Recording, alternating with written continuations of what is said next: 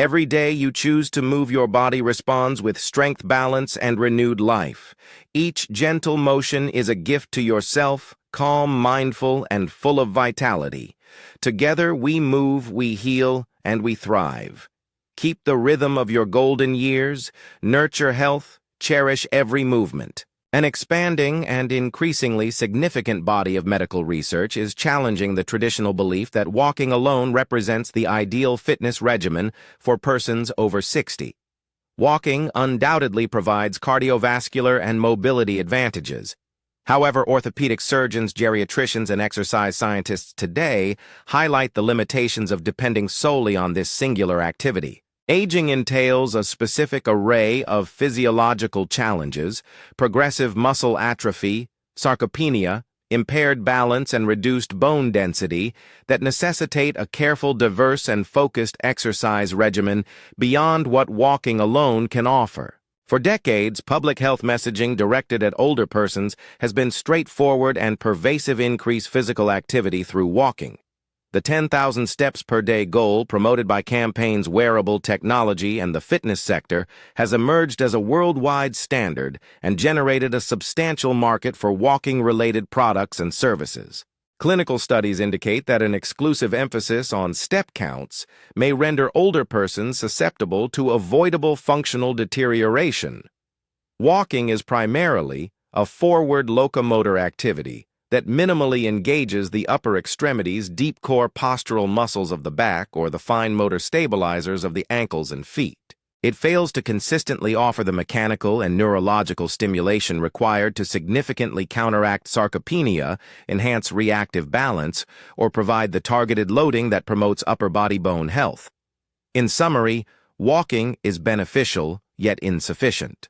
This acknowledgement has initiated a paradigm shift towards multifaceted programs that deliberately integrate strength, balance, flexibility, and cardiovascular exercise.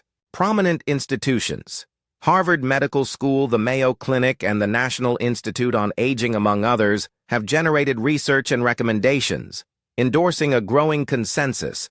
Targeted functional exercises can halt or partially reverse muscle atrophy, enhance neuromuscular coordination, and significantly diminish the incidence of debilitating falls and fractures. These movements not only maintain a fundamental level of mobility, but also reinstate abilities that directly facilitate independence. Presented here are 5 categories of movement, each substantiated by clinical research and recommended in geriatric and orthopedic treatment, which collectively provide a more comprehensive approach to healthy aging than walking alone. They encompass complementary areas: upper body strength and bone density, lower body power and functional autonomy, static and dynamic equilibrium, postural musculature, and thoracic mechanics, along with an integrative approach that amalgamates physical, cognitive, and psychosocial advantages.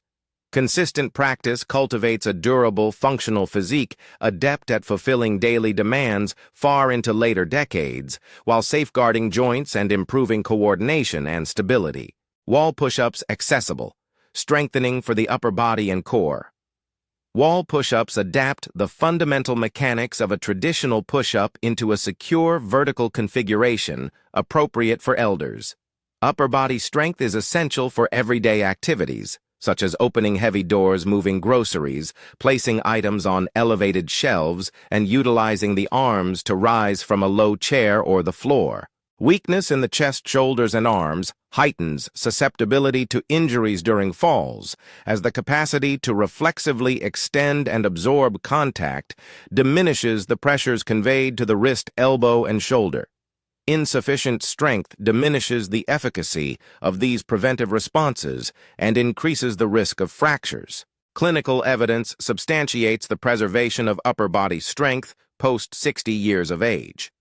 Analyses cited by prominent clinical institutes indicate that maintaining upper body strength diminishes the likelihood of rotator cuff injuries and alleviates restrictions in daily activities.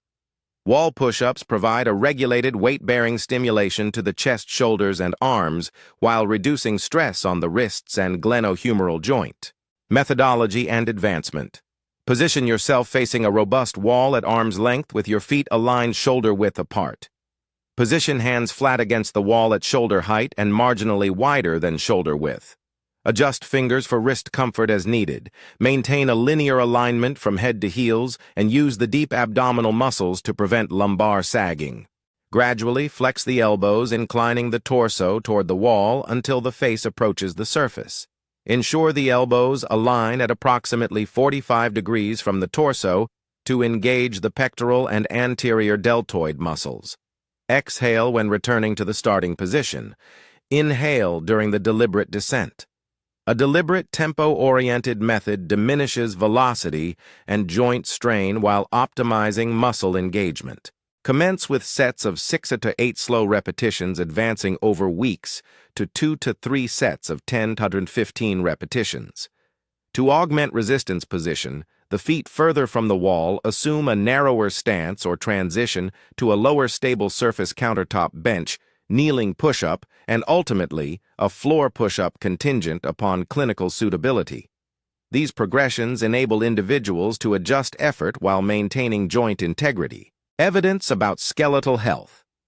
A resistance training study including persons over 60 shown that modified push-up routines performed 3 times weekly resulted in significantly greater improvements in upper body functional strength compared to walking alone over an 8-week period. Push-type actions are weight-bearing and offer mechanical stress that enhances bone density in the arms, wrists, and shoulder girdle areas susceptible to osteoporotic fractures. A prolonged resistance program demonstrated quantifiable enhancements in bone mineral density over several months, in stark contrast to the usual age-related bone deterioration reported in sedentary elderly individuals. Safety considerations. Guarantee a non-slip surface underfoot, uphold neutral cervical alignment, and refrain from positions that induce discomfort. In the event of shoulder discomfort, modify hand elevation, rotation, or width. Horizontal pulling exercises may be recommended as alternatives. Individuals with osteoporosis should refrain from quick or ballistic upper body movements. Instead, controlled and incremental loading is both safe and efficacious. Chair squats, maintaining lower body strength and autonomy. Ascending from a seated position is undoubtedly the most essential movement for autonomy, crucial for toileting, feeding transfers, and regaining upright balance after a fall. The chair squat enhances neuromuscular coordination and the requisite strength for the sit-to-stand transition, making it a crucial exercise for sustaining independence. Age-related sarcopenia predominantly impacts the major extensor muscles, particularly the quadriceps. In the absence of consistent resistance training, quadriceps muscle mass can significantly decline from middle age ahead, elucidating why several seniors find it challenging to rise from low seats without assistance from their hands. Challenges with this movement signify a warning for potential fragility and are associated with an increased risk of falls and disabilities. Methodology and biological function. Commence by sitting at the front edge of a stable, non-rolling chair with feet positioned flat and hip-width apart. Crossed arms inhibit the application of force with the hands. Arms extended forward at shoulder height can facilitate balance without exerting pressure. Maintain an elevated chest and a neutral spine hinge slightly at the hips and exert pressure through the heels to achieve an upright position, activating the gluteal and quadriceps muscles. Gradually lower yourself into the chair over a duration of 3 to 4 seconds during the eccentric phase instead of descending abruptly. Exhale throughout the ascent and inhale during the regulated descent. Eccentric-focused training has benefits for older adults.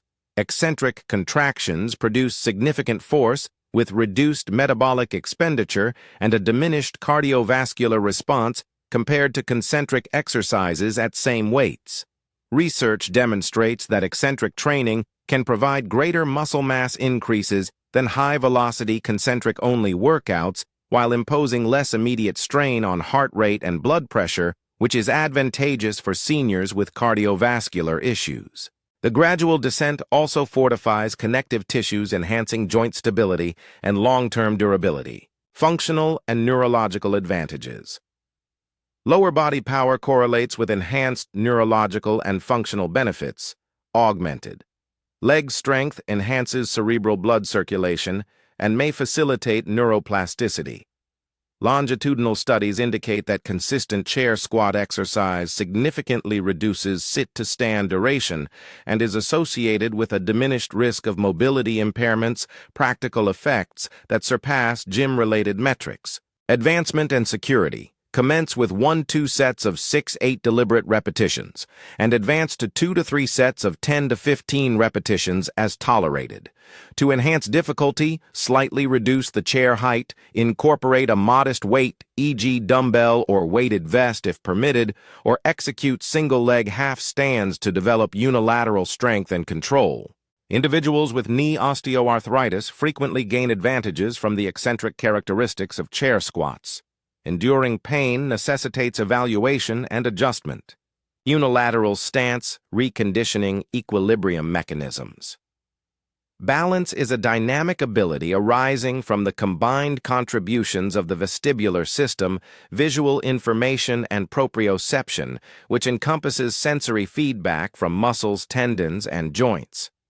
As individuals age and engage in less physical activity, these systems have diminished sensitivity, and stabilizing muscles, particularly in the foot, ankle, and hip, may weaken. The single-leg stand reconditions both the sensory pathways and the musculature responsible for balance. Clinical significance. Balance capacity forecasts comprehensive health outcomes. Studies indicate that older persons who cannot maintain a one-legged stance for 10 seconds face approximately double the risk of all-cause mortality in the subsequent decade compared to those who can. Gait velocity and equilibrium consistently predict future hospitalization, disability, and cognitive deterioration. Geriatricians frequently refer to them as a sixth vital sign. The single-leg stand serves both as an evaluation and a potent remedy. Exercises and advancements. Commence adjacent to a robust surface for minimal fingertip assistance if required. Transfer weight to one foot and elevate the opposing foot by 1 or 2 inches, maintaining focus on a fixed point at eye level, and sustain this position for an initial duration of 10 seconds, each leg progressively extending to 30 seconds. Advance by diminishing fingertip support, briefly closing the eyes to challenge vestibular and proprioceptive systems, executing slow head rotations to strain visual vestibular integration, or standing on a marginally unstable surface, such as a folded towel or soft cushion, to heighten the demand on joint receptors and stabilizers. Evidence supporting fall prevention. Randomized controlled experiments demonstrate that basic balance training, such as single-leg stands, diminishes fall risk and enhances gait speed. A study indicated a 36% decrease in falls and a 12% enhancement in walking speed among older persons engaging in daily balance training. Brief frequent intervals, 3 to 6 occurrences daily lasting 10-30 seconds, may prove more effective and sustainable than a singular extended session. Dynamic activities such as reaching, catching, and stepping enhance reactive balance and practical recovery abilities. Individuals exhibiting significant instability or a history of recurrent falls should advance under the guidance of a physical therapist. Resistance band rows rectifying posture and fortifying the upper back. Exaggerated forward posture. Thoracic kyphosis frequently indicates persistent muscular imbalance rather than inevitable deterioration. Prolonged engagement in forward-leaning activities such as sitting, driving, and gadget usage constricts the chest muscles and elongates the upper back musculature, resulting in a rounded thoracic spine. This alteration adversely affects respiratory mechanics, equilibrium, and functionality. Health consequences of an anterior posture. Hyperkyphosis is associated with significant functional repercussions. Older persons with significant forward posture are more prone to require assistance with daily life activities and demonstrate elevated mortality rates in some analyses. A convex upper spine constricts the thoracic chamber, diminishing vital capacity and exercise tolerance. Forward center of gravity displacement elevates fall risk, since the body must always utilize compensating methods. The function of band rows. The resistance band row engages the scapular retractors and thoracic extensors, specifically the rhomboids, middle trapezius, and posterior deltoids. Bands are cost-effective, portable, offer progressive resistance, and are joint-friendly benefits for older individuals engaging in fitness. Technique and programming. Secure the band at chest level to a stable anchor point. Position yourself facing the anchor, with feet shoulder-width apart and a slight bend in the knees. Grasp the handles with palms oriented towards one another and step back until beginning tension is experienced. Assume an upright stance with an engaged core. Begin by retracting the shoulder blades and drawing the handles towards the rib cage, maintaining close elbows and extending them behind the torso's plane. Pause to highlight the scapular squeeze, then descend softly with control. Clinical results. Trials indicate quantifiable enhancements in posture and reductions in discomfort subsequent to consistent band exercise. Enhancing upper back strength augments pulmonary mechanics by promoting thoracic extension, diminishes forward center of gravity displacement, thereby enhancing balance, and alleviates chronic back discomfort that may impede mobility. Standard programming consists of 2 to 3 sets of 8 to 15 repetitions, emphasizing intentional contraction and controlled eccentric return. For restricted shoulder mobility, employ reduced tension and prioritize scapular mechanics over extensive elbow movements. Integrate rows with thoracic mobility exercises, soft rotations, or seated extensions to enhance progress. Tai Chi, a holistic mind-body discipline. Tai Chi integrates strength, balance, flexibility, and mental focus into a unified practice. The gradual fluid sequences necessitate ongoing weight transfer, torso rotation, and synchronized timing between the upper and lower body segments, challenges that promote neuroplasticity and enhance motor control. Evidence supporting fall prevention and further advantages. The influence of Tai Chi on fall prevention is significant. Long-term trials demonstrated significant decreases in falls. One indicated a 55% reduction compared to stretching, while meta-analyses estimate reductions of approximately 47%, surpassing most conventional therapies. The amalgamation of balance problems, dynamic weight adjustments, and attentional involvement elucidates its efficacy. Neuroplastic and systemic effects. Neuroimaging studies indicate an augmentation of gray matter in motor and cognitive areas among long-term practitioners, coinciding with enhancements in movement planning, memory, and executive function. Randomized investigations indicate that Tai Chi is more helpful than normal physical therapy in alleviating pain and enhancing function for those with knee osteoarthritis. Its low-impact cyclical movements facilitate joint lubrication without imposing significant stresses. Tai Chi's focus on diaphragmatic breathing and attentive awareness diminishes stress indicators evidenced by reported decreases in cortisol in certain studies, which can otherwise expedite muscular atrophy, hinder cognitive function, and weaken immune response. Supplementary results. Tai Chi is linked to slight enhancements in bone mineral density and significant improvements in proprioception and reaction time.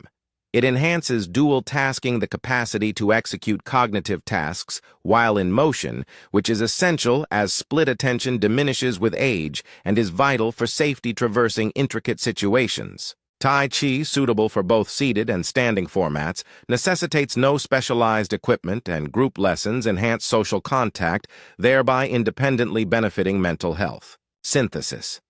The significance of the collective impact of these 5 movements. Walking is a vital and accessible element of a healthy lifestyle for older persons, promoting cardiovascular fitness and fundamental mobility.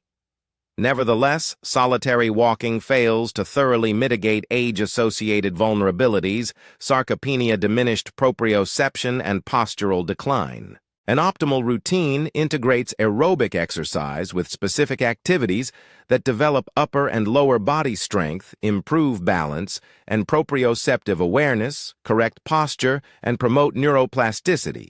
These 5 movements were selected for their relevance to complementary and essential domains.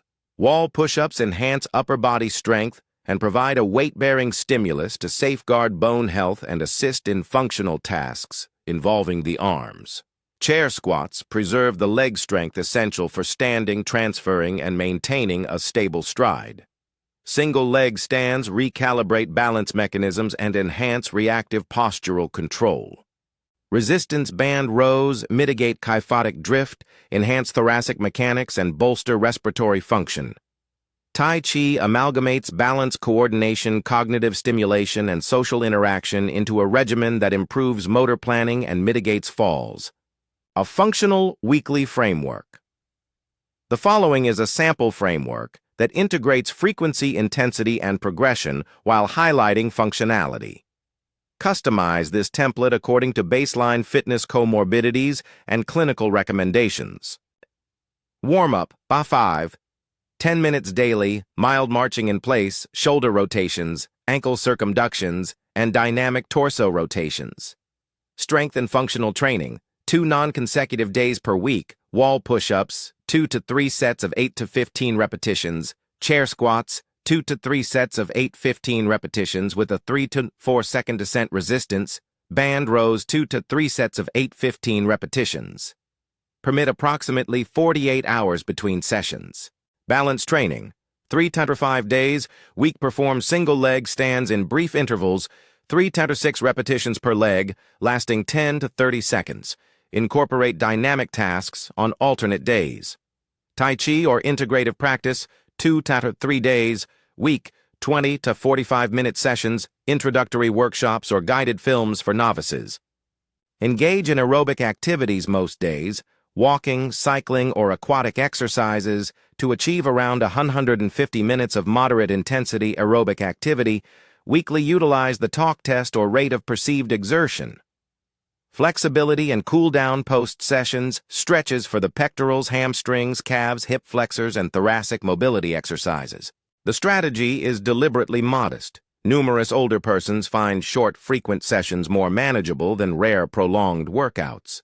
Advance incrementally augment resistance or duration by no more than around 10% weekly when practicable, and emphasize movement quality over load or velocity. Oversight of advancement and security. Employ basic performance assessments to inform advancement. Timed sit-to-stand, 5 repetition or 30-second evaluations, 4-meter gait velocity, and single-leg balance duration.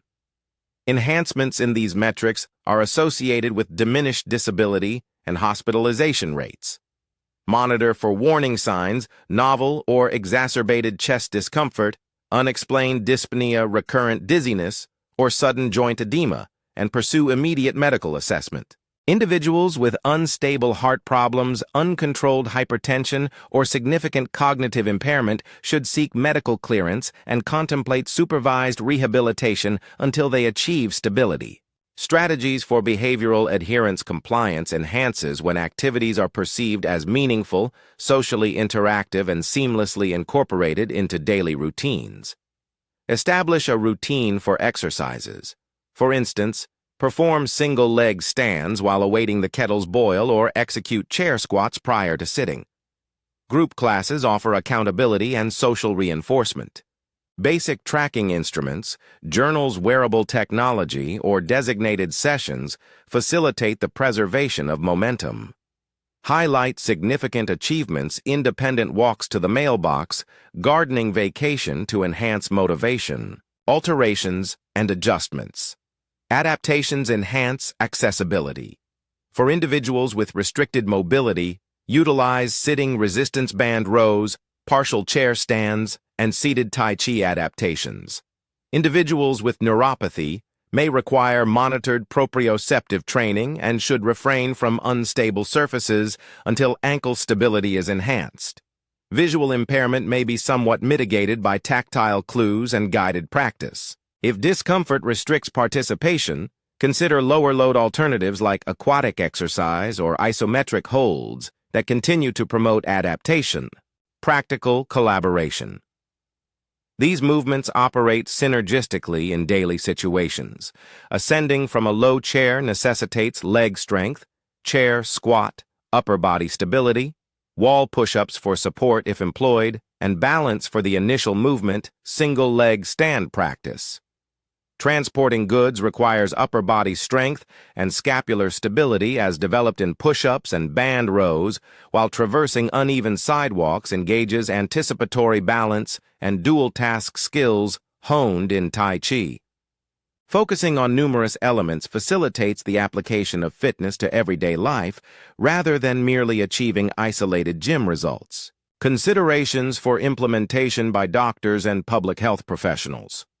Transitioning from a walking-focused regimen to a varied program that incorporates specific exercises signifies a proactive shift in the approach to physical activity for physicians and older persons.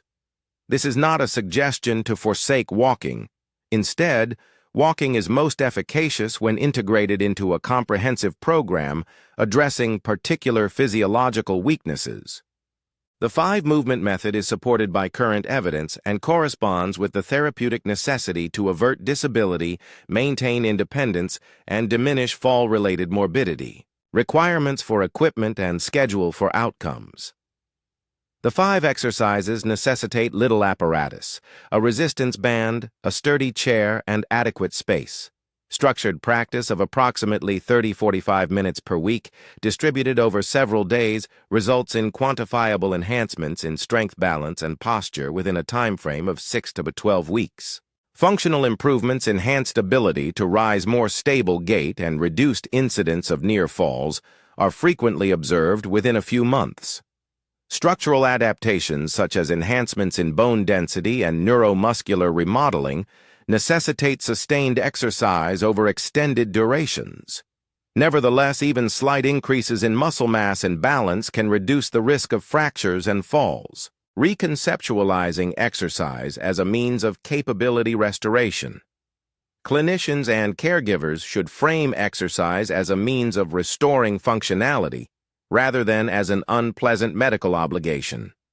Highlight significant personally pertinent objectives, maintaining autonomy at home, engaging with grandchildren, gardening independently to encourage compliance, incorporating pleasurable activities such as outdoor Tai Chi in a park, a communal resistance band session at a senior center, or paired exercises with friends or family enhances participation and longevity. Final assessment. The 5 exercises, wall push-ups, chair squats, single leg stands, resistance band rows, and Tai Chi constitute a cohesive, scientifically validated regimen targeting the essential weaknesses associated with aging. Their synergistic effects include wall push-ups enhancing upper body strength and bone loading, chair squats maintaining leg power crucial for transfers and ambulation, single leg stands recalibrating balance and mitigating fall risk, resistance band rows addressing kyphotic drift and enhancing pulmonary mechanics, and Tai Chi synthesizing these benefits into an adaptive cognitively stimulating framework that optimizes motor planning and neural resilience. When practiced consistently with gradual overload and a focus on safety, these actions not only preserve functionality, but also reverse certain declines, enhance reserve capacity, and safeguard autonomy. For millions of adults over 60, the route to enhanced functionality is found not merely in step counting, but in deliberate, diverse practice that rejuvenates, strength, stabilizes balance, and revitalizes energy. Continue walking for cardiovascular health and enjoyment while complementing this activity with focused strength balance, postural, and integrative mind-body practices. Implementing this approach provides the optimal plan for aging with functionality, autonomy, and dignity. Every day you choose to move, your body responds with strength, balance, and renewed life. Each gentle motion is a gift to yourself, calm, mindful, and full of vitality. Together we move, we heal, and we thrive. Keep the rhythm of your golden years. Nurture health, cherish every movement.